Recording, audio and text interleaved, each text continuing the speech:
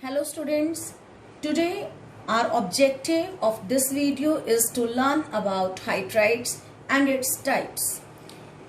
As the name denotes hydride word, what does it mean? Means hydrides are the binary compounds when hydrogen combines with any other element. For example, if hydrogen combines with sodium, then sodium hydride is formed.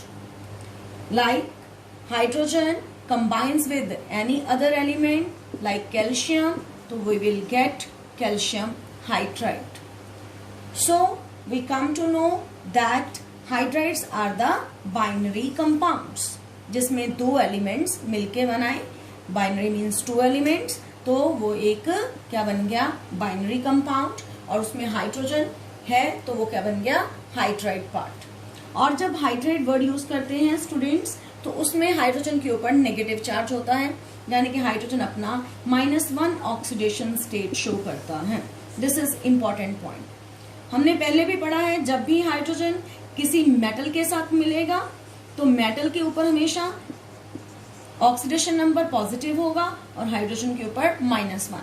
तो hydrogen के ऊपर -1 means hydride. Now if we talk about its types, it is of 3 types: ionic, or another name saline, or another name salt-like. Then metallic or interstitial hydrides, and third one is molecular or covalent. Now one by one we will learn about each hydride. So I am starting with ionic or saline hydride. How is it prepared? So students, formation की अगर बात करें, hydrogen का electronegativity 2.1 होती है और जिन elements की electronegativity hydrogen की इलेक्ट्रोनेगेटिविटी से कम होगी वो ही आयोनिक और सेलाइन हाइड्राइड्स बनाते हैं. तो इसमें हम बात करते हैं जितने अल्कली मेटल्स हैं. अल्कली मेटल्स क्या? Group 1 and group 2. ये एलिमेंट्स ग्रुप 1 के like sodium, lithium, sodium, potassium, rubidium, और ग्रुप 2 के कैल्शियम है, मैग्नीशियम है, बेरिलियम है. ये सारे क्या बनाते हैं? दैट इज सारे elements of group 1 and group 2. Alkali metals भी, और जो हमारे पास अल्कलाइन अर्थ मेटल हैं वो भी आते हैं. ग्रुप 1 को अल्कली मेटल बोलते हैं और ग्रुप 2 को अल्कलाइन अर्थ मेटल ग्रुप. ये दोनों ग्रुप्स आयोनिक और सेलाइन हाइड्राइड्स बनाते हैं. हाउएवर जो इनमें से सारे ही नेचर इनका आयोनिक होता है, but except beryllium hydride and magnesium hydride. These 2 hydrides are covalent in nature. This is important point to be remembered कि जो हमारे पास बेरिलियम हाइड्राइड और मैग्नीशियम हाइड्राइड है वो क्या होते हैं? कोवेलेंट होते हैं. तो ना प्रॉपर्टीज की अगर हम बात करें, हमने फॉर्मेशन की बात की है.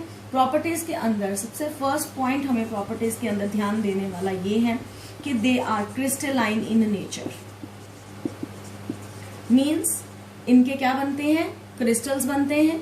देन नंबर 2, अगर वो आयोनिक है, यानी कि क्या होता है? कौन सी प्रॉपर्टी आई? Transfer of electrons from metal to hydrogen. Metal से इलेक्ट्रॉन ट्रांसफर होके हाइड्रोजन तक जाता है. देन उनके कलर की बात करते हैं. All are white solids. White colour के हैं, कोई कलर नहीं होता है, जाने के कलरलेस है. देन डेंसिटी इनकी हाई होती है, हाई डेंसिटी.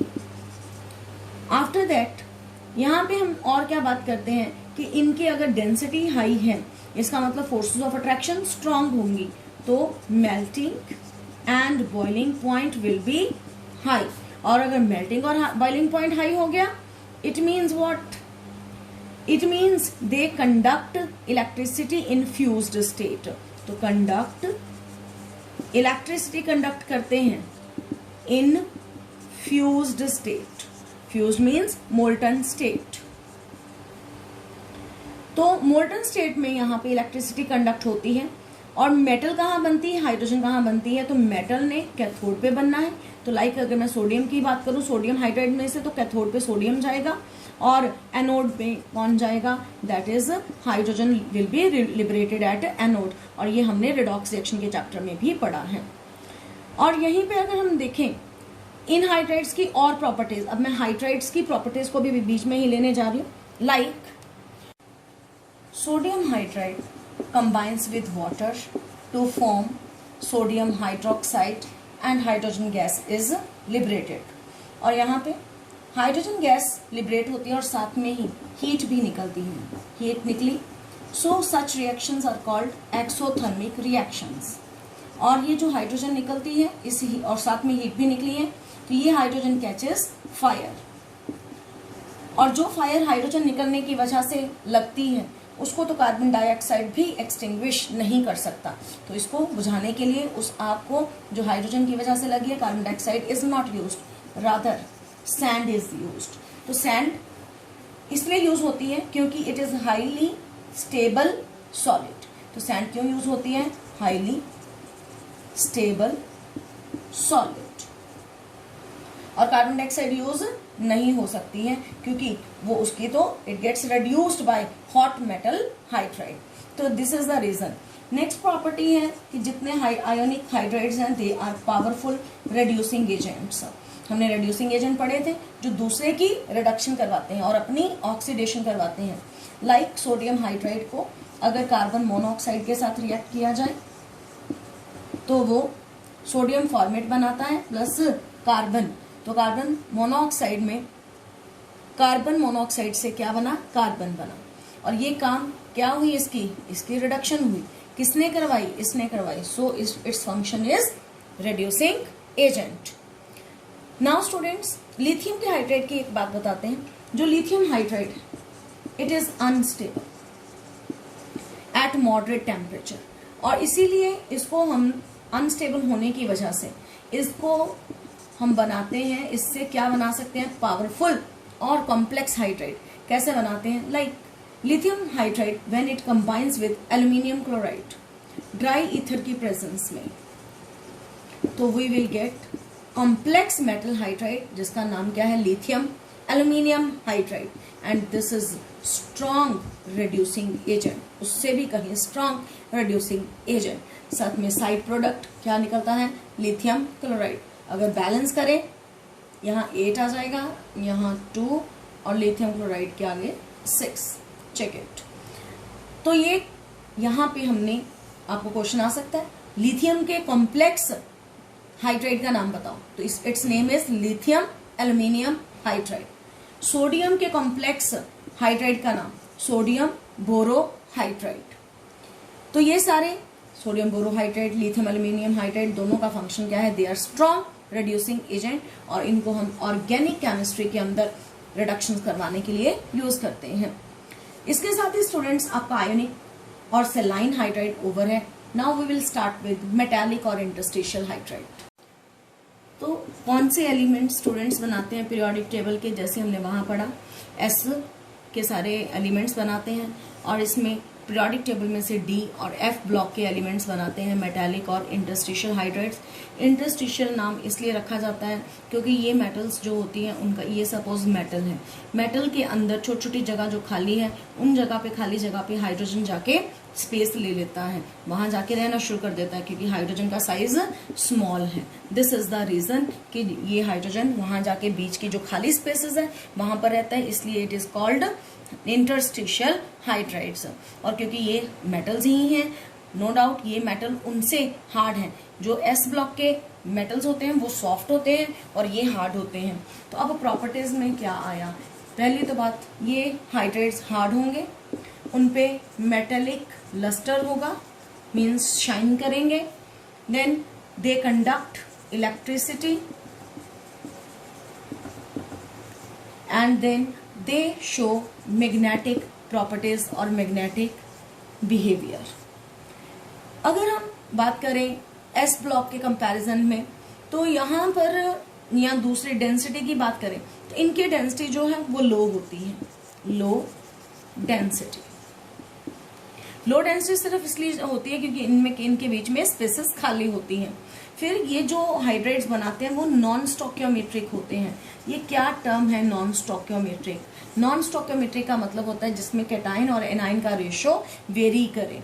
तो जब वेरी करता है तो मतलब क्या है कि अगर दोनों सेम रेशो में नहीं है, जैसे कि लैंथेनम हाइड्राइड लिखा है, इसके पैर में यहाँ पे 2.87 लिखा है, यानी कि रेशो जो है वो वेरी कर रही है। पॉइंट्स में जब रेशो आ जाती है, होल नंबर नहीं आता, दैट रेशो वेरीज। लाइक इसी तरह से अगर हम बात करें निकल हाइड्राइड की, तो यहाँ पे 0.6 से 0.7 तक हाइड्रोजन का वैल्यू जाता है। तो ये रेशो जब भी वेरी करे तो जो हाइड्राइड्स बनते हैं वो क्या हो जाते हैं? नॉन स्टोकियोमेट्रिक, जिनमें कैटाइन और एनाइन का रेशो वेरी करे। देन यहाँ पे हम बात करते हैं ऑक्लूजन वर्ड की। ऑक्लूजन क्या है? ऑक्लूजन का मतलब होता है एक सरफेस है, सरफेस के ऊपर गैसेस का आके लगना, गैसेस, और वो सरफेस को हम एड्सॉर्बेंट का नाम देते हैं, और गैसेस ऊपर आके लगती हैं। और इसमें ये प्रॉपर्टी ये है कि due to interstitial hydride formation, यहाँ की जो मेटल्स होती हैं, यानी कि डी एंड एफ की मेटल्स जो होती हैं, वो हाइड्रोजन का बहुत सारा वॉल्यूम क्या कर लेती हैं? एड्सॉर्ब कर लेती हैं। तो ये मेटल किसकी है? डी एंड एफ की बनी हुई। एड्सॉर्बेंट जो जनरली मेटल्स लिए जाते हैं, और ऊपर आके गैस कौन सी लगी? यहाँ पर हम हाइड्रोजन की बात कर रहे हैं। तो डी एंड एफ के जो मेटल्स हैं वो हाइड्रोजन का बहुत सारा वॉल्यूम एड्सॉर्ब करते हैं अपने सरफेस पे, और इस प्रॉपर्टी को हम क्या बोलते हैं? ऑक्लूजन। ये प्रॉपर्टी सिर्फ किसकी होती है? मेटालिक और इंटरस्टिशियल हाइड्राइड्स की। तो स्टूडेंट्स, इसी के साथ आपका मेटालिक और इंटरस्टिशियल हाइड्राइड खत्म होता है। Now we will cover molecular और covalent hydride. Students, molecular covalent और covalent hydrides are formed by P block elements. P block elements जो पीरियोडिक टेबल में बिल्कुल राइट साइड पे 6 ग्रुप्स में थे, ग्रुप नंबर 13 से लेके ग्रुप नंबर 18 तक, प्लस एस ब्लॉक के सिर्फ 2 ही एलिमेंट्स, और वो 2 एलिमेंट्स जो कि आयोनिक की एक्सेप्शन थी, beryllium and magnesium, they form molecular और कोवेलेंट हाइड्राइड्स। तो ये हमारे पास हाइड्राइड जो है कौन कौन बना रहे हैं? सारे पी ब्लॉक एलिमेंट्स, और एस के सिर्फ 2 एलिमेंट्स, बेरिलियम एंड मैग्नीशियम। ये हाइड्राइड्स की पहली प्रॉपर्टी क्या है? They are discrete covalent molecules which have another property, weak van der Waals forces। जो P वाले हैं उनमें week van der Waals forces के साथ हाइड्रोजन के साथ कंबाइन करेंगे, और इसीलिए इनको हम कोवेलेंट और मॉलिक्यूलर हाइड्राइड्स का नाम देते हैं। देन एग्जाम्पल के तौर पे अगर हम बात करें तो नाइट्रोजन जो है, प्रेपरेशन की बात करते हैं नाइट्रोजन की। नाइट्रोजन एक पी ब्लॉक का एलिमेंट है, हाइड्रोजन के साथ कंबाइन किया, क्या बनाया? अमोनिया विल बी फॉर्म्ड, और अमोनिया बनाया, दिस इज द बैलेंसिंग। और हमें जो आयरन और मॉलिब्डेनम चाहिए, इस प्रोसेस को हम हेबर्स प्रोसेस के नाम से जानते हैं।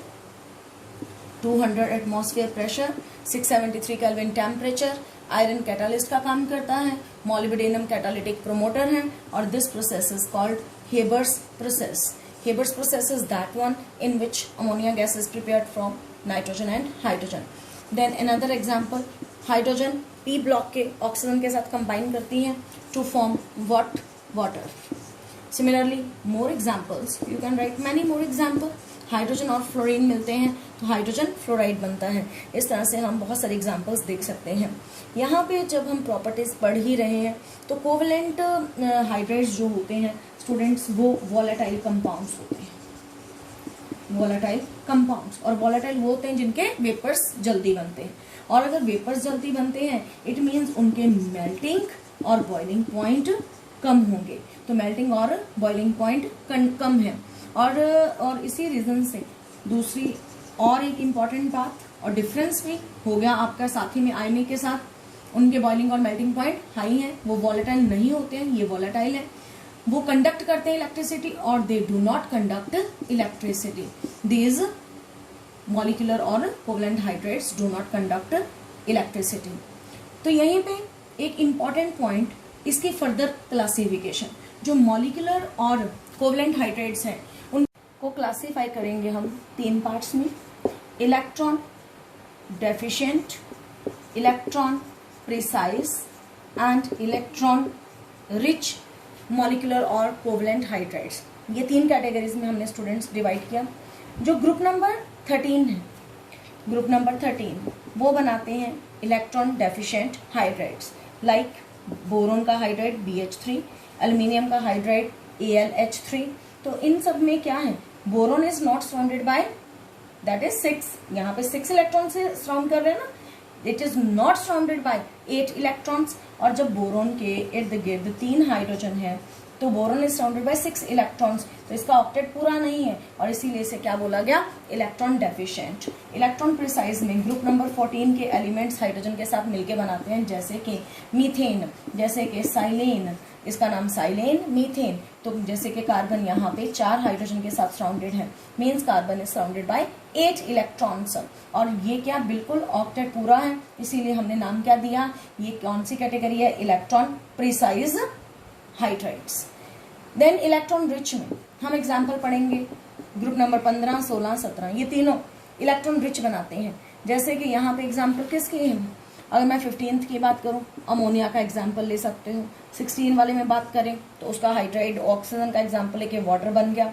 इसी तरह से अगर 17 फैमिली के फ्लोरीन के कंसिडर करें तो हाइड्रोजन के साथ मिलके HF। और इन तीनों की एक खास प्रॉपर्टी जो बाकियों में नहीं होती है, ये तीनों बहुत ही स्ट्रांग इंटरमॉलिक्यूलर हाइड्रोजन बॉन्डिंग बनाते हैं, जो आपने केमिकल बॉन्डिंग में भी ये कॉन्सेप्ट पढ़ा था। अमोनिया, वाटर और हाइड्रोजन फ्लोराइड क्या बनाते हैं, इंटरमॉलिक्यूलर हाइड्रोजन बॉन्डिंग। और इसी वजह से इन तीनों मॉलिक्यूल्स के जो बॉइलिंग पॉइंट्स हैं वो ज्यादा होते हैं as compare to other members of same family. यानी कि जैसे कि मैंने बोला सेम फैमिली, अमोनिया और फास्फीन का अगर पेपर में क्वेश्चन आ जाए दोनों में से बॉइलिंग पॉइंट किसका ज्यादा है, तो answer is that is of ammonia. क्यों, क्योंकि ammonia undergoes formation of intermolecular hydrogen bonding. With that, all the types of hydrates are over. Students, thank you. Have a good day.